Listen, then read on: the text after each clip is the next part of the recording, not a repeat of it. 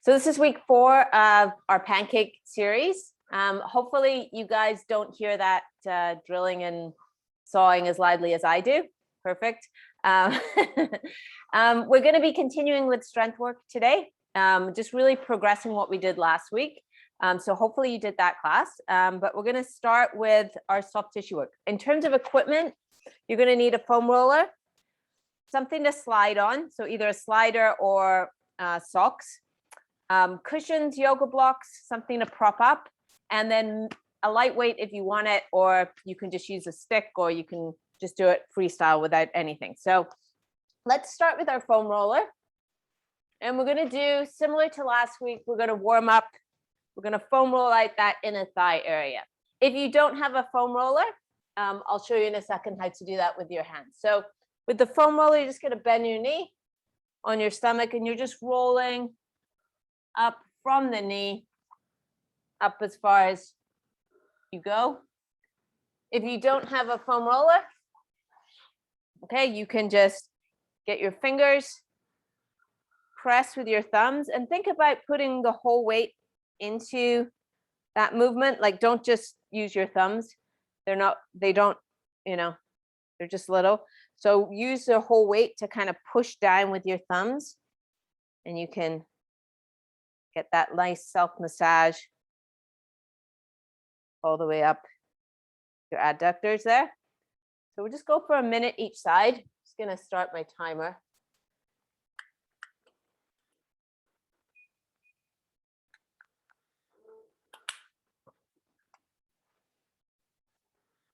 So, and this again, this should feel nice. All right, we don't want this to be feeling like painful or like gritting your teeth, holding your breath. Good, and then let's do the other side.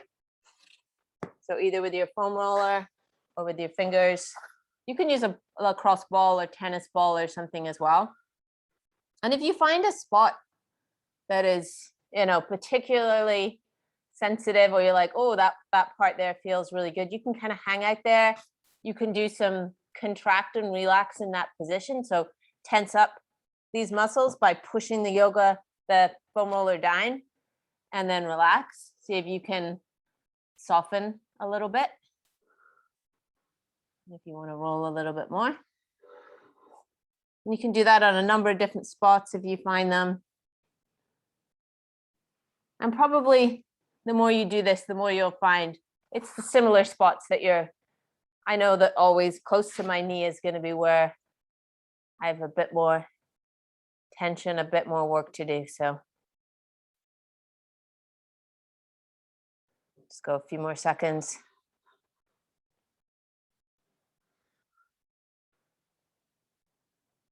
Good. Okay, so we're going to get into just some simple stretches to start. And these ones we're going to hold for about 30 seconds, perform a contraction, hold for about another 30 seconds. Now we're going to progress from the standing hamstring stretch to a seated hamstring stretch. And this one is a little more challenging to get in that anterior pelvic tilt position. So we've been talking a lot about the position of our pelvis, right? When we're standing, it's easier to tuck your butt under and get into that butt sticking out position. When we're going into a forward fold, it's a little harder. So I'm going to encourage you to bend your knees for this one. So we're going to do a seated hamstring stretch, but I want you to bend your knees so that you can get into that anterior pelvic tilt position. So bend your knees, hold onto your feet, and use that pressure to sit up tall and try to rotate your pelvis. So we're getting that nice tall position, and notice how my knees are right up here. And then I like to shuffle my butt out, but you can also shuffle the feet out. I find shuffling the butt out allows you to keep in an anterior tilt better.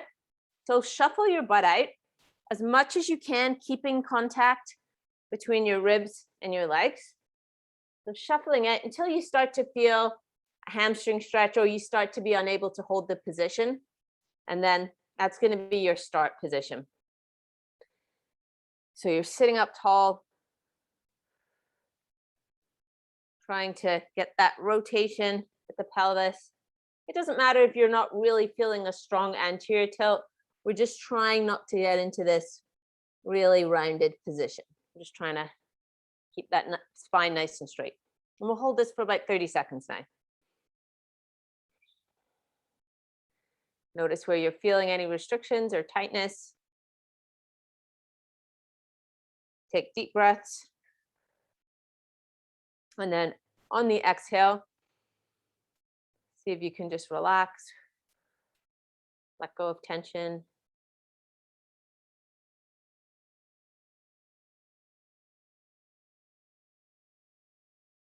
And the contraction that we're going to do in this position is as if you're trying to bend both legs and pull your heels towards your butt. All right, obviously the floor is in the way, so it's just going to be an isometric, but you're going to start pressing down with your feet, trying to pull your heels towards your butt, and we'll just dial it up. So start gently, then press harder, a little more, pull as hard as you can, keep going for 5, 4, 3, 2, 1, and then slowly dial it back down. Take a deep breath, exhale, relax. Take another deep breath, and then see if you can shimmy your butt out a little bit further. All right, as you do that, you'll find your legs are getting straighter, getting into a deeper stretch. You might be feeling this in your calf muscles as well. That's fine. And then just try to relax, hold this position. Relax your face, your neck. Good. You guys are looking really good in this position.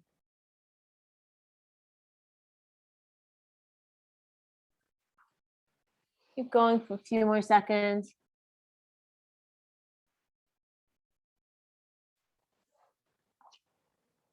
Good. And to come out, you can just bring your hands to the floor. It's pretty simple to come out of this one. So the next one we're going to do, we've been doing the frog stretch, but now we're going to do a half split. And so this progresses our frog position by extending one leg. So the setup is the same. Okay, you're going to need a couple of yoga blocks or cushions for this. So I'll just give you a little bit of advance warning. You'll need those. So the setup is the same, right? As if we're going to do our frog, and we have our knee, our butt, and our knee, thinking about that being in a straight line, right? So if I'm going side on, you want that as a straight line and not my butt forward or my butt back. So we're in that position, but then we're going to straighten one leg. So rather than have both knees bent, we're going to have one leg straight. And we're going to use the yoga blocks the same way we're using them in the frog stretch, just to give us a little bit of support. So you might want one maybe under your knee and one under here.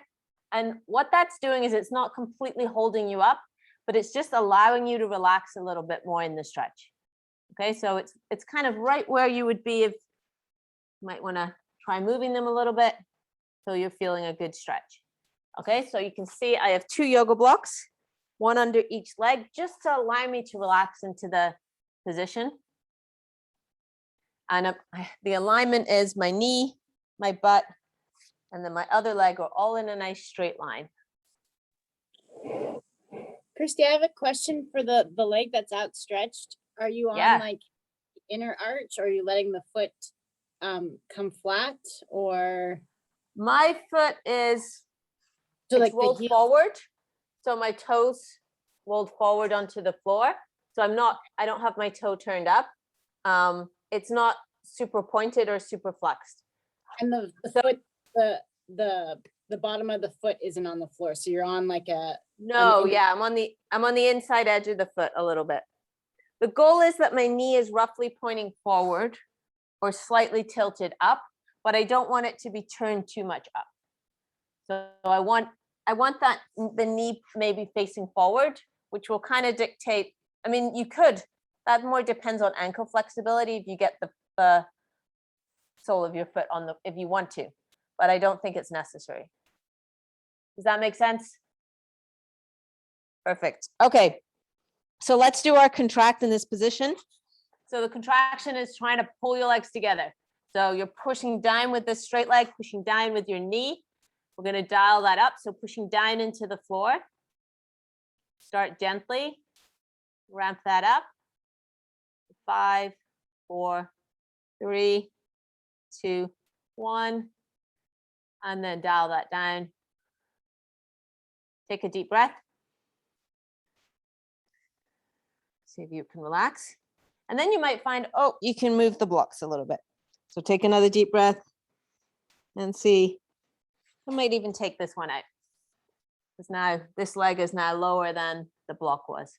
So I just really have that one block under. You might have no blocks. And we'll just hold for about 30 seconds here. Now, if you like me, you can see my knee hyperextends. So my knee is almost on the floor, but my leg isn't. That's totally fine. As long as you're not feeling pain at your knee, it's fine to be in that position.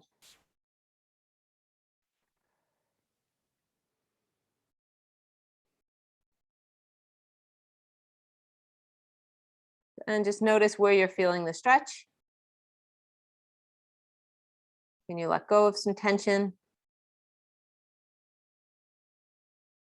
Good. And then to come out, I like to shimmy forward in this one gracefully, and we'll switch to the other side. So this time my left leg is straight, my right leg is bent. I'm still thinking about that alignment of my knee, my butt, and then my leg in a straight line.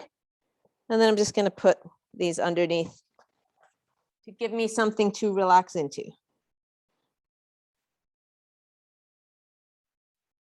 So you don't want too much support there, otherwise you won't be feeling that stretch. But you want something that is kind of, you're touching. It helps your nervous system feel safer. And you know, because when your nervous system doesn't feel safe in a position, it'll tend to tense up, and you'll create more tension, rather than what we're trying to do with these stretches is to let go of tension, right? Relax a little bit. So. And there's a number of ways we do that. A lot of the strength work we're doing, we're also training our nervous system that it's strong in positions. And that way it gives us access to more range. So again, notice where you're feeling the stretch. See if you can relax. And then we're going to do our contraction. So pressing down into the floor, both with your knee and your leg. Okay, dialing it up a little bit more, pressing down for 5, 4, 3, 2, 1, and relax. Take a deep breath. See if you can relax, sink into the yoga blocks or cushions that you have.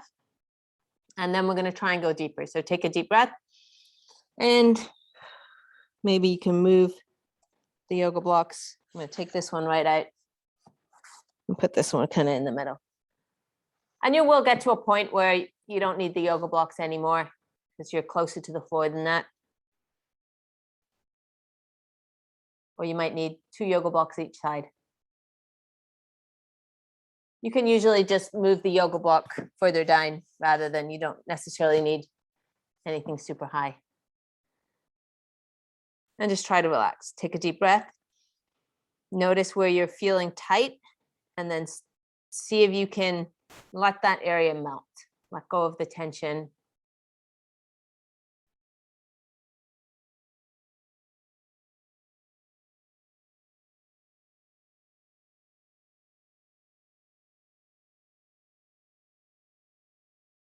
Good.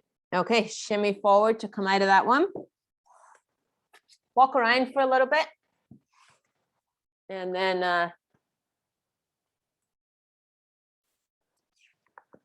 we'll go into our first circuit. Okay, move your legs around. So our first circuit, very similar to what we did last week. We were doing the horse stance good mornings. We're going to do the same thing again. If you have weight, like if you used weight last week, try to see if you can go a tiny bit heavier. If you didn't use weight last week, see if you can use a little bit of weight, even if it's just a yoga block or a broomstick. A little bit of weight will help. So I'm going to grab a plate today. So I got my 10-pound plate. You're going to do a 3-step horse stance. So feet together, heels out, toes out, heels out, and then straighten out your feet. So your feet can either be pointed forward or slightly turned out. Either's fine. We want to make sure our knees are tracking outwards and not rolling in. And then we're just going to sit down, pressing our knees as wide as we can. Okay, so really think as you're sitting down between your knees, you're pushing them out to the side.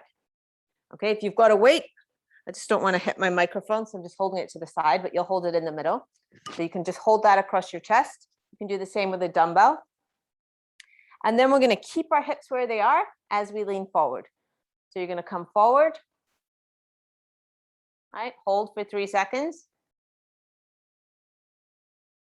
Come back up. Right, and that movement is all coming from holding at the hips. Hinging at my hips, hold for 3, 2, 3, and back up. Okay, we'll do 5 reps. Move forward, 2, 3. Yeah, if you have a stick, you'll do it with the stick over your,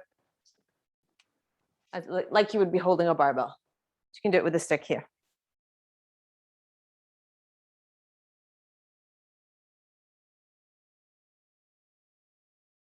And once you've done 5 reps, I'm just going to hold for 10 seconds. Think about pressing your knees wider, seeing if you can squat lower. 3, 2, 1. Good. Stand up, shake it out, and come down onto your mat. So for this one, depending on your flexibility, you might need a cushion or a yoga block. I'm going to use a cushion for this one.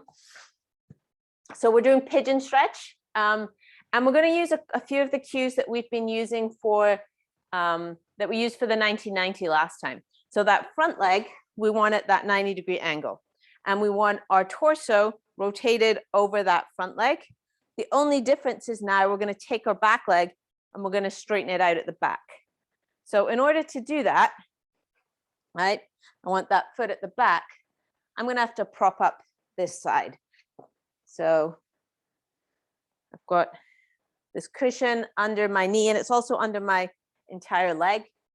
If you're using a yoga block, you could use 2. Here, 1 under your knee, 1 under your hip. And if you only have 1 yoga block, put it under your knee. Okay, so we're in that position with our front leg, with our torso facing over our leg, and try to tuck your back leg under. So we're rolling that back leg as if you're trying to bring this hip bone on the back leg, rolling it forward. And you should feel that stretch here at the front.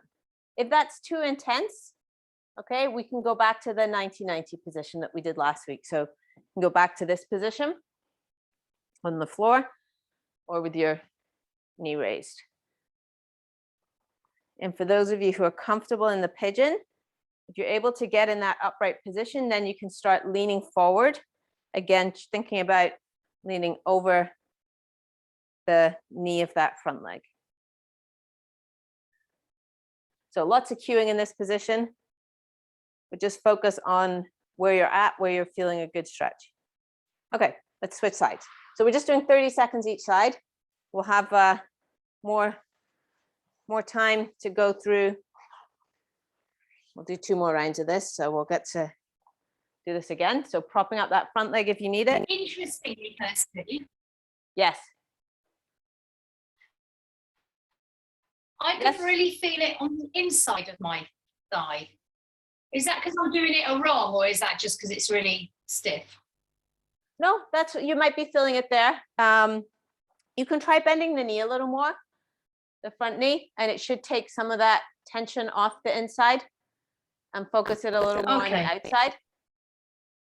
Does that help?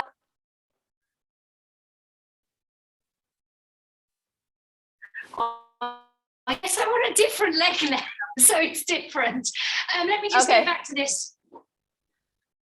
Yeah, don't worry, you'll get to do it again. Yeah. Okay, so just 30 seconds in that position. Yeah, it's completely spit. Fine. I'll just do the other. Maybe I. Okay, you keep cutting out, Charlie, so I'm not really following. Okay, never mind. I just know that It's me. I think it's my wife. It's okay. Okay, sorry, Charlie, I'm having a hard time. But we're going to move on and do the other 2 rounds. And you can always follow up with me after or post a message in the chat and I'll take a look. So 3-step horse stance, heels out, toes out, heels out, and then bring your feet to your position.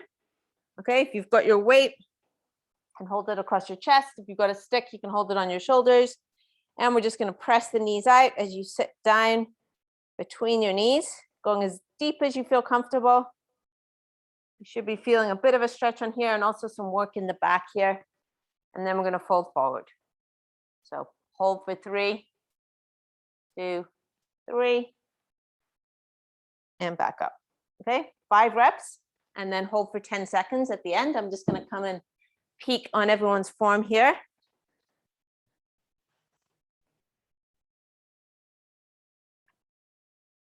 Really nice, Ingrid. Good job. Sit more.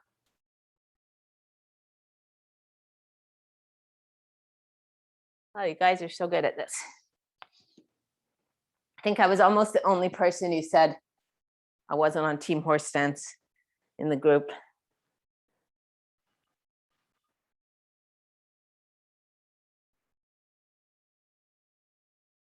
And just whenever I think I'm gonna like horse stance, Lucas, Major Strength on Instagram, gives me a new variation that I hate. So he's keeping my hatred of horse stance alive. And hold for 10 on the last one. Pressing the knees out, sitting down, see if you can sit deeper.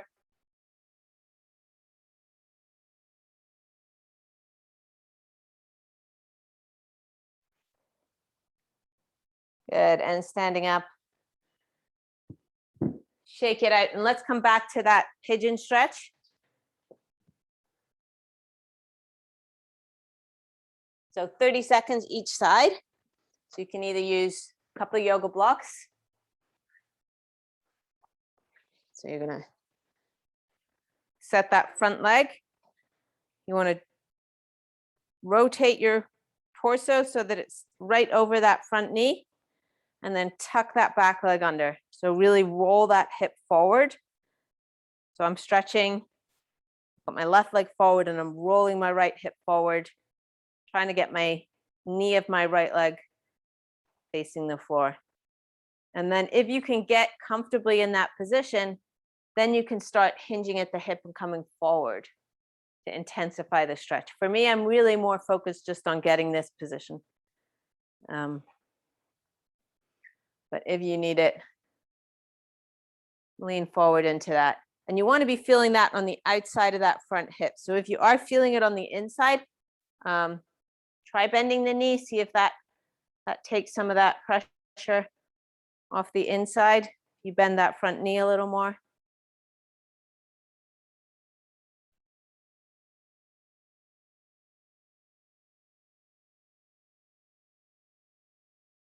Good, and switching sides.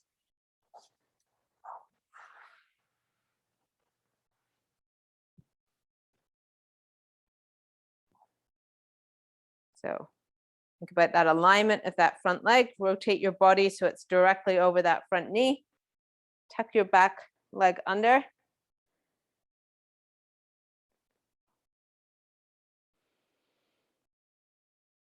Roll that back hip forward. So this time I'm stretching my right leg, trying to roll my left hip forward.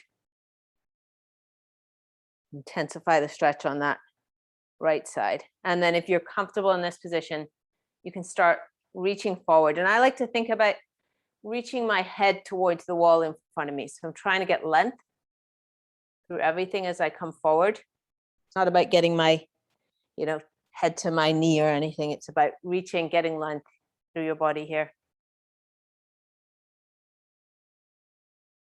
And try to relax. Good. Let's go horse stance. Third round.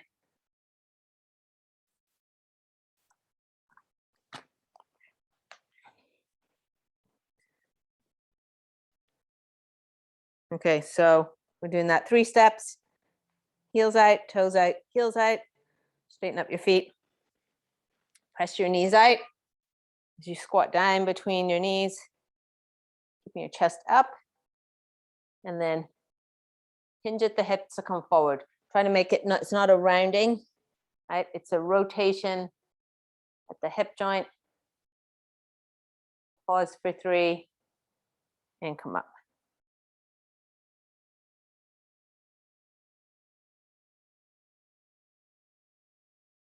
Every time you come up, see if you can sit a little deeper.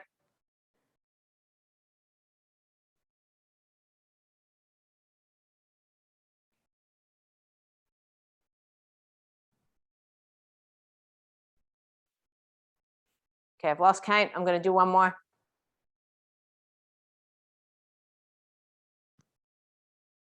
Hold for 10.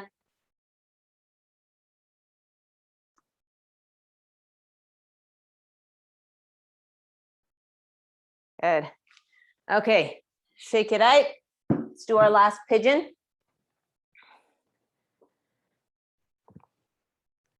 Hopefully, this is third round. So hopefully you're able to relax a little bit deeper this time.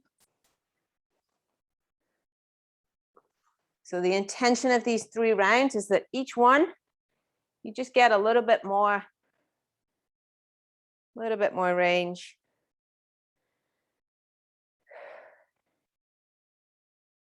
And you can relax a little bit more, go a little bit further down.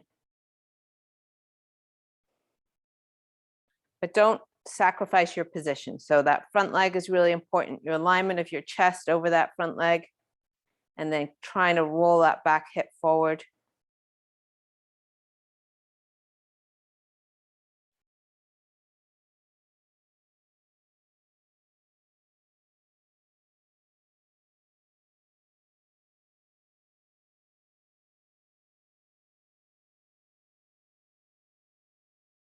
Good. Switching sides.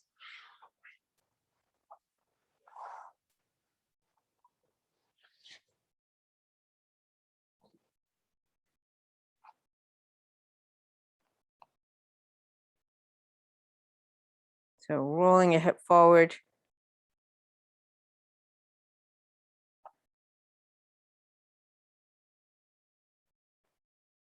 And then if you're able, you can start leaning forward. Although I can see some of you are already all the way forward, which is really good.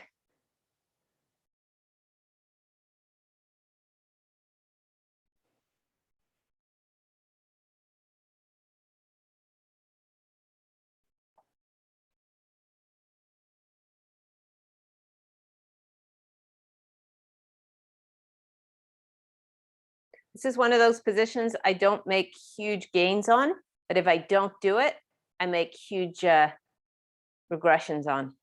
So I don't know if other people have stretches like that, but you have to keep doing it just to maintain what you have. And I don't need a ton of range here, but my hips definitely feel better when I do this stretch consistently. Similar to the elevated piriformis stretch or any of the piriformis variations we've been doing. Those are all helpful as well. Okay, let's move into our second circuit. Hopefully we have time to get through this one.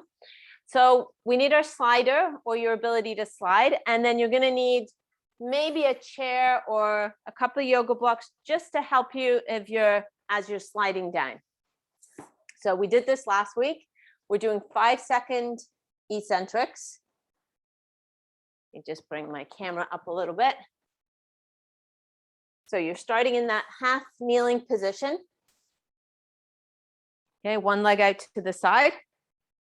I like to go my foot the same position we were doing in that half split, but you can have your heel, your toes up if that feels more comfortable. So whatever is more comfortable here, you're gonna slowly lower out. And if you're not sure about this, make sure you have something here so that if you get to a certain point and you're losing a bit of control, you can just use your hands. But we're gonna try to go as low as you can without using your hands. Once you get as low as you can, bring your hands down, pull up. Okay, so we're going 5 each side, taking about 5 seconds to lower out. But if you count it to 5 and you've still got a ways to go, you don't need to go fast. You can take longer than 5 seconds.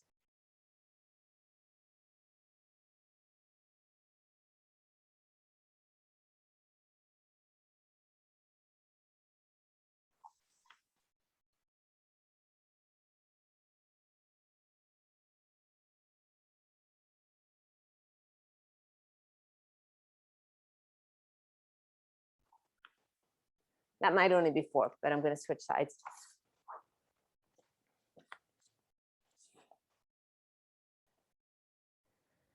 And lower down.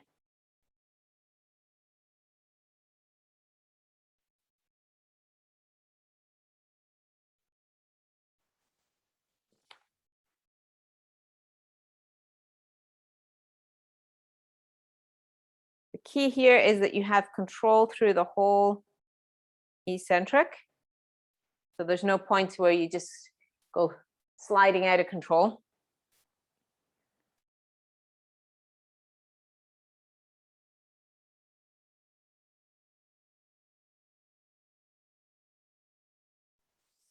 And once you can do this and go all the way down, you can do that really cool thing where you're on, you know, those walkways at the airport. You just step one foot on and the other leg goes out like this. And you go all the way down to splits and you freak out everyone at the airport. That's the goal. Okay. Okay, next exercise. I think most people have finished that one. So we're going to do lying straddle squish. Those of you who have been doing handstand class, you'll be familiar with this one. The important thing here, we want to keep our legs nice and straight if you can. And we're going to try and squish into our straddle as much as you can. So you're going to lie on the floor, arms overhead if you can, but arms out to the side or down is fine as well. This is more important if we're doing a press to handstand. You're going to draw a big circle with your legs on the floor. So draw a big circle. You're going to bring your legs up. And once they're in that straddle, you're now going to pull your legs down and touch your toes to the floor. And you're going to try as much as you can to keep your legs squeezed straight as you do that. And then you're going to bring them back all the way back to the floor. Okay, we're doing 5 reps. You can do it with your arms at the side if you find that's a little easier.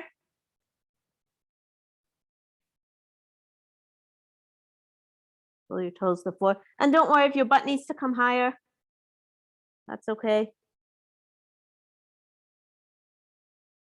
The goal is to get into as much squish as you can get into. Okay, so don't worry about the position that I'm getting into.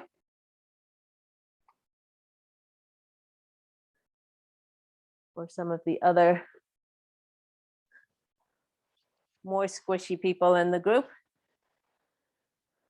Go slower, Sandra. Slower, slow down. It's a controlled movement, right? If you can't get all the way, that's fine, but let's make it nice and slow and controlled. Good, nice, Noreen. Really good, Ingrid.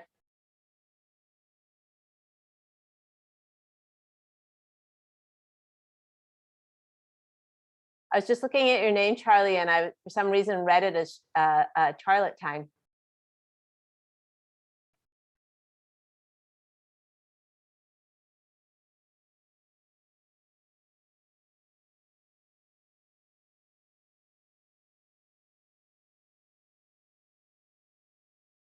Good. When you've done 5, you can grab a stick. Or you don't need a stick. You can do, well, let's do the first round without. We'll have just our hands across our chest for this one. We're going to do pancake good mornings. So this is similar to the horse dance good mornings. We're sitting up tall. Your spine is staying in the same position, and you're going to lean as far forward as you can, and then come back up. Now, it's as far forward as you can and get back up. So don't go all the way to the floor if you then can't lift back up from there. So start small. And your small might be this, don't worry. Okay, we're going to do 5 reps.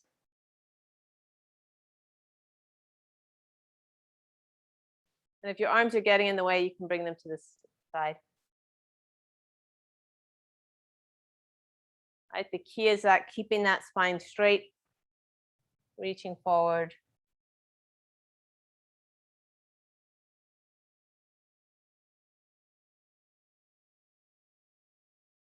And on the last one, hold for 10 in the lower position. So 5 reps, last one, hold for 10. Arms wherever you have them. Good. And back up. Awesome. We're going to do one more round of that. So we got our half frog slides, 5 times 5 seconds each side. Our lying straddle squish, 5 reps, and our pancake good mornings, 5 reps.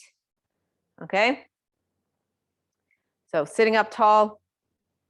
If you need a support in front, I totally forgot to get one. Low as you can go. And coming up.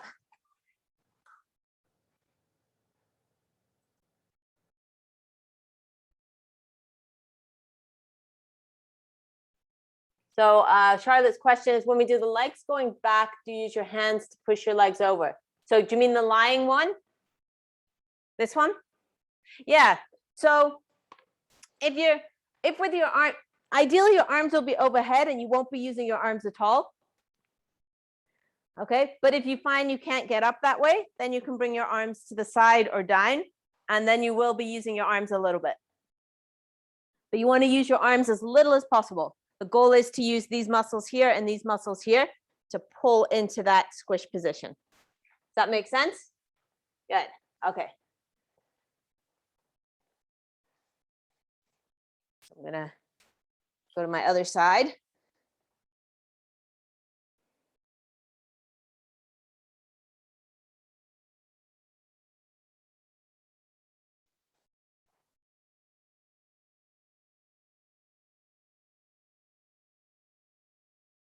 With the eccentrics, if you get to a point and you're like, oh, this is as far as I can go, try pausing, holding it, and then see if you can go a little bit lower.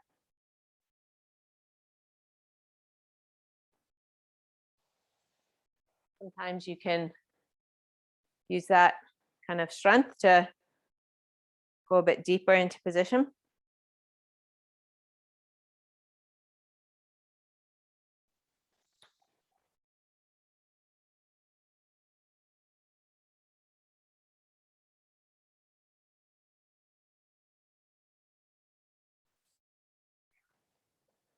Good. When you've done the 5 slides, we have the lying squish exercise.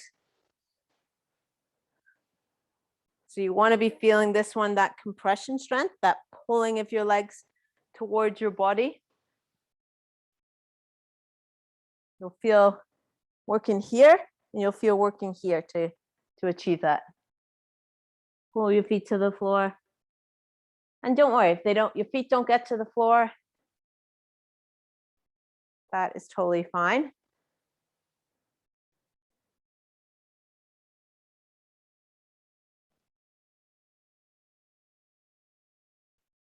If your feet are getting to the floor, really try to make sure you're squeezing your legs straight. You're not losing tension at the end. I'm gonna come watch you guys. Really nice and good. That's great. That's so much better, Sandra. Really good. Kate, that's fantastic. That's it, Charlie. Good, there you go. And then pull the legs down, perfect.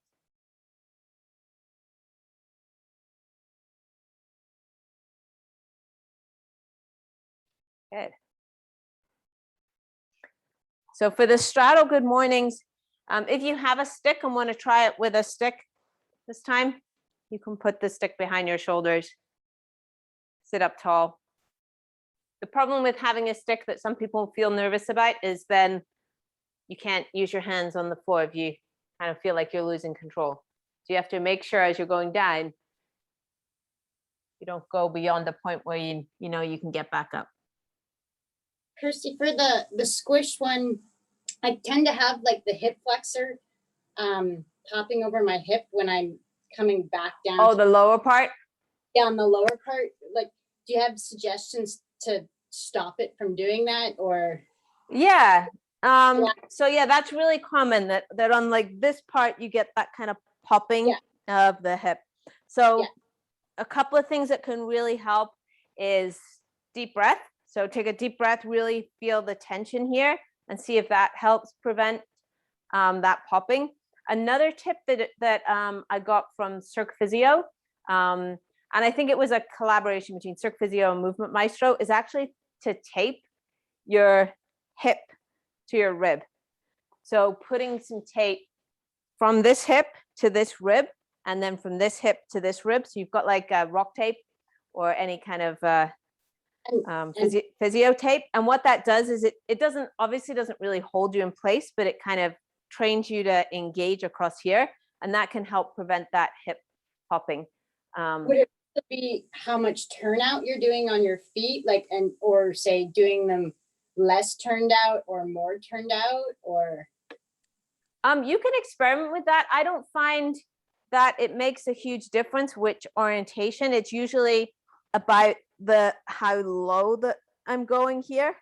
So if I go a little higher, I can sometimes get rid of it as well, rather than kind of really going low here. But it's more about using stability here.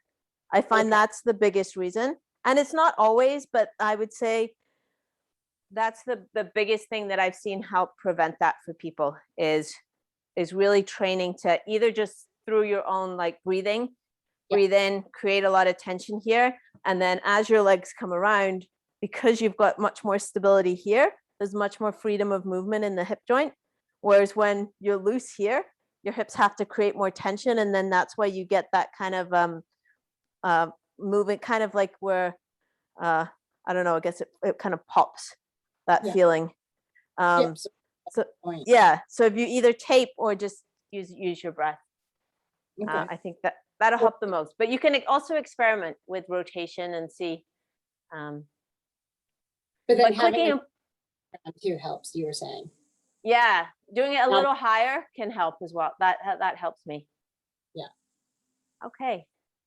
Okay, so last thing we're going to do to finish up is just our 60-second pancake hold. So what we've been practicing for all session. If you want to elevate your butt to give you a little more roll forward, go ahead.